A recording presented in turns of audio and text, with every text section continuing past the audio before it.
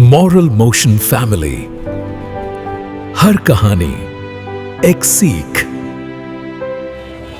इस शहर में हर शख्स अपनी जिंदगी की रफ्तार में गुम है। गाड़ियां चल रही हैं, लोग गुजरते जा रहे हैं, मगर किसी के पास किसी के लिए वक्त नहीं। इसी भीड़ के बीच रिजवान बैठा था, चेहरे पर थकान, आंखों में परेशानी और दिल में सवालों का बोझ। लोग पास से गुजरते रहे, मगर कोई रुककर पूछने वाला नहीं था।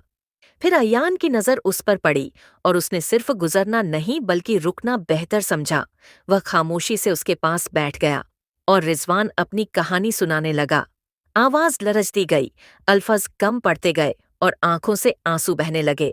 जिंदगी उस पर बहुत सख्त हो चुकी थी, जिम्मेदारियां ज्यादा थीं और सहारा कोई नहीं था। जबकि अयान बिना कुछ कहे सिर्फ सुनता रहा, दिल से, पूरी तवज्जो के साथ।